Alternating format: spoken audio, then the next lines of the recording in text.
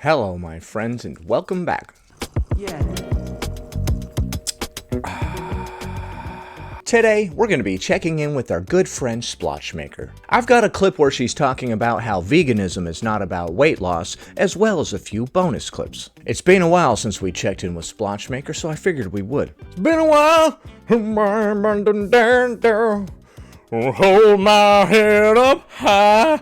Been a while. Sorry. Many people have told me the actual lyrics to that, and I've had many opportunities to look them up, but here we are. I'm pretty sure he said burn, burn, burn, burn, so don't try to correct me on that. Before we proceed, please click like and subscribe so that I may apply comb to mustache. Splotchmaker's going to be responding to this comment that says, "How are there fat vegans? Just eat beans and consume less sugar. Easy."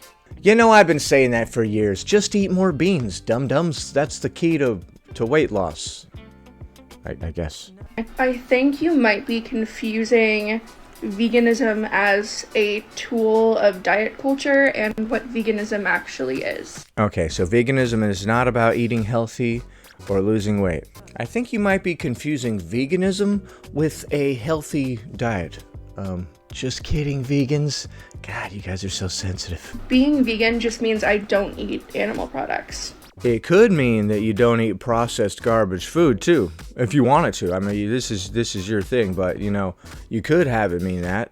I wouldn't be mad at you. Some people are vegan and eat a whole foods based diet. I don't mean the grocery store Whole Foods. I mean like actual whole foods, not this processed pre-made crap that you buy from the store and heat up, but actual like fruits and vegetables and not the meat, but all the other parts are there in their entirety. And I've been vegan for like almost 5 years now. All right, so you do the type of veganism where you go to White Castle and order a bunch of sliders, and then you just take the meat off and eat all the processed, whatever they call that stuff that remains. You eat that part, and that's cool. Just not the meat part. But all the other stuff, like straight from a fast food joint, doesn't matter. And people love to tell me that I'm lying or I must be doing it wrong. Usually that I'm lying. Well, a lot of vegans are thin, if they're not eating a bunch of pre-made processed food, of course. You know, it's funny, sometimes people equate thinness to veganism because many vegans are thin.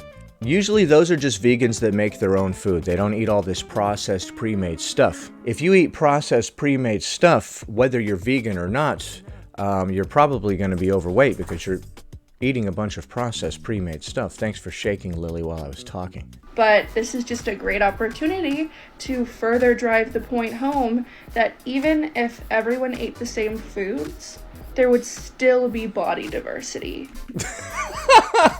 But you're not eating the same foods is the point here, okay? You're eating processed pre-made stuff just like somebody who wasn't a vegan. You're just having an absence of meat. So she's trying to make the point that some vegans eat a whole foods-based diet and they're thin. I'm vegan and I'm overweight. Therefore, it doesn't matter what you eat. Your body's still going to look however it's going to look. But you don't do veganism the same as those other people. We've already established that. A whole foods-based vegan is going to be thinner than somebody that eats a bunch of pre-made processed stuff. It was never the meat making anyone overweight to begin with. Let's be very clear right now. Meat does not make you overweight. A lot of people lose weight when they switch to veganism because they go from eating pre-made processed garbage to making food at home, which you can do while still consuming meat. This could also be a misconception about what vegans eat. Vegans don't just sit around all day gnawing at grass and leaves. Yeah, duh. They sit around all day gnawing at acai bowls. Observe the vegan in his native habitat, at the edge of a pond, lowering his face into an acai bowl. Sorry for making you hear those weird mouth sounds I just did. It probably sounded really gross on the microphone. This is a very good mic, okay? Get dunked on, lesser mic having people. When you get a burrito, I get a vegan burrito. Right, so yeah, you just get the same processed fast food garbage that other people would get, but minus the meat. Alright, well there you go. Processed food will make you overweight, whether there's meat in it or not. Who would have thunk it? When you get a salad, I get a vegan salad. I love that that's her first example. When you get a salad, a dish that is already vegetarian in nature, I get a vegetarian version of that dish. Yeah, what? When you eat a piece of lettuce, I eat a vegan piece of lettuce. I wipe all that beef blood and stuff off of it, and then I eat the lettuce minus all the beef blood. You guys have lettuce that's soaked in animal products when you have your salad. Right? Isn't that how that works? So do they remove the carcass from the lettuce before or after they put it on the plate? How bloody is your guys' salad? This is part of the reason why I like to say that I'm a fat vegan. How much do you like it? Like, you like it a lot? You just going around saying it all the time? This is weird. I want to hang out with you. Because there is such a stereotype about what a vegan is and what it should be. I just love animals and I don't want to eat them. That's it. Well, if you love animals, human beings are animals, maybe we could take good care of ourselves in a form of love for this animal. No, I'm just kidding, you silly goose. Throw yourself down the tubes at the behest of some random squirrel or whatever. How mad can I make you? Okay, so those were some hot takes. Basically, Splotchmaker said, veganism is not about weight loss, it's just about not eating animals. It doesn't mean I eat healthy, I eat all the same unhealthy stuff that the average person eats, sans the meat. Alright, man, alright. I believe you, I trust you. Now we're gonna take a look at a couple of bonus clips. Fat phobia and ableism go hand in hand. Unless that hand is broken. Hi-oh! Thank you, folks, I'll be here all week. Unless they fire me. This culture of ableism that we have. Okay. Are you going to go on to define this culture of ableism that we have? Because, I don't know, you're not really giving me much. Makes people feel entitled to other people's bodies. Okay, can you elaborate? And makes people feel like they can look at and judge and pick apart and know you better than you know you. So ableism has given society the right to your body. Okay, so basically when people give you a hard time about your weight, you're calling it ableism. And you're saying that everybody thinks they're entitled to comment on other people's bodies and ABC, XYZ. Because somebody made fun of your weight or whatever. This is all ableism. Okay. I was wondering how you were going to tie ableism into any of this, but then they didn't. They didn't tie it into anything. They just said, it's ableism. Everybody needs to stop making fun of everybody else. They didn't really say why or how it's ableism, so that's cool. And that was the end of that video. Alright, so Splotchmaker brings up ableism and then says that people need to stop commenting on her body. I don't know why they're throwing ableism into the mix. Again, fat activists love to throw that in there a lot. Always lumping themselves in with the involuntarily disabled to try to make themselves impervious to criticism. Next, she's going to be responding to this comment that says, last night I found out my mom fat shames me with her friends. I wish my family could at least feel safe. Okay, that really sucks. If that happened, I'm sorry, dude, that sucks. You walk in the room and find your mom talking mess about you to her friends about how fat you are? Oh, dude, that's not good. I'm sorry. No, seriously, this is not talked about enough. Like, when we are fat, nowhere is safe unless you seek out and vet safe people. What? What are you talking about? Some of the worst things people have said to me about my weight or my size have come from my family members. Your family's definitely going to be more blunt and upfront with you if you've gained a lot of weight and they're concerned. They're going to be a lot more honest with you because they care about you. They're not attacking you and they don't hate you. They actually care about you. That's why they bring these matters up. If they didn't care, they would let you keep harming yourself and say nothing. You get that, right? If you actually care about somebody, you have the difficult conversation with them. Like, hey, Mark, the constant drinking, we're getting a little concerned here, my friend, right? If you didn't care, you'd be like, oh, man, look, there's Mark passed out again. What an idiot. And then you just keep walking, right? So you would prefer your family to see you slumped over in the corner and kind of just like walk around your sleeping corpse, right? Leave me be. Have come from my parents.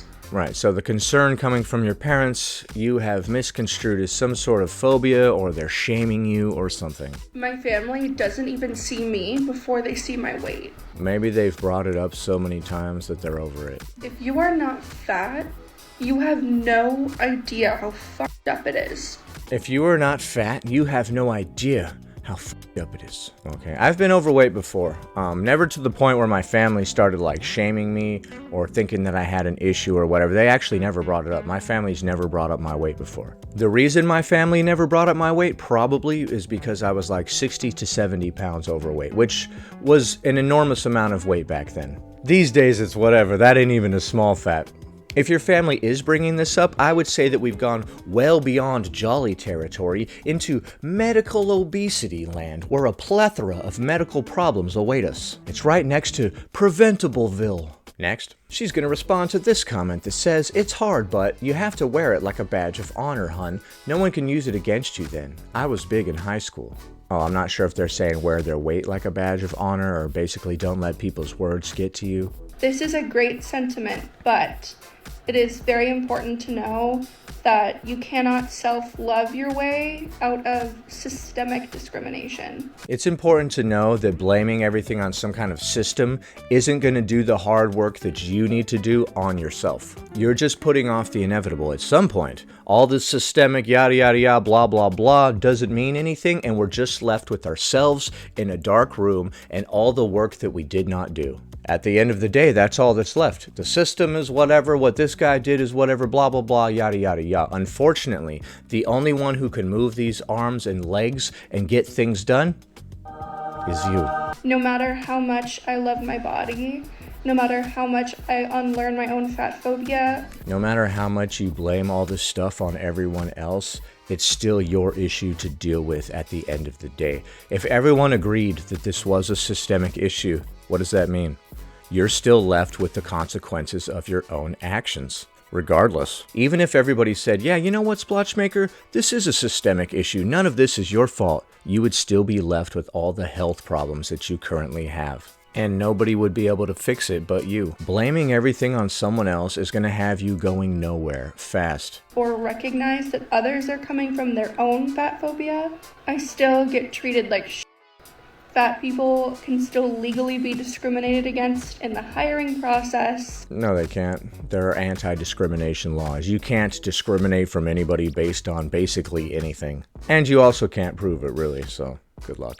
You can still be denied critical medical care. No, they may have you lose weight for your health or so they can perform an operation, but you're not being denied any critical care. And generally, no matter how much you love yourself, it is still going to be an isolating experience. Generally, no matter how much you pretend to love yourself, if your actions say otherwise, everyone is going to see through it. If a man continually punches himself in the face and then proclaims that he loves himself, do you believe him? You know that most people around you are judging you and your body. Wow, that's a very paranoid and delusional way of thinking. Everyone around you is judging you negatively because of your body. Are you sure? You sure they're not busy with their own stuff? I know I am. Sure, it makes things hurt a lot less, but fat phobia is just everywhere. It's entrenched in everything, and there's no way for that not to hurt. Right, so you just want to feel hurt no matter what. There's no way for that to not hurt. So you want to feel hurt and you want to be the victim and you don't want to change. Gotcha. Dude, this is such a bizarre take. You want to be oppressed so bad. God, you want to be oppressed so bad. Man, there's so many revolutionaries crying about the systemic yada yada yada from the comfort of their own couches. Shut up. Next. Fat people have a built-in bullshit detector, especially around, like, guys. Look where I paused it. I got a built-in bullshit detector too, man. Now you're speaking my language. Should this be the thumbnail? I don't know why. I'm a goofball, dude. We can tell when they're a fat, phobic piece of work. Okay. This sounds, what's the opposite of misogyny? I don't know what the opposite of misogyny is, but this sounds like that. I could tell what a piece of work a guy is just by looking at him. Okay, what? What is that supposed to mean? You didn't like the cut of my jib? Was my jib not cut properly? Which part is my jib? Is this the jib? I don't know, but was it not cut properly? It's literally a blessing and a curse. Yeah, it is. I also have the curse of knowing if a dude is fat phobic just by looking at him. I'm just being silly. I'm sure she does know when somebody's a fat-phobic piece of work. If they were actually fat-phobic, they would probably say something mean to you, right? That would be an indicator to me. So those were just a couple of clips from our good friend, Splotchmaker. I'm going to try to have the Secret Eaters episode out for you guys tomorrow. That's going to take a little bit of extra time editing and stuff, so make sure you show that video lots of love when it comes out. Please click the like button. 1 like equals 1 mustache comb. Anyway, that about does it. Thanks for watching, commenting, liking, and subscribing. And I'll see you in the next one.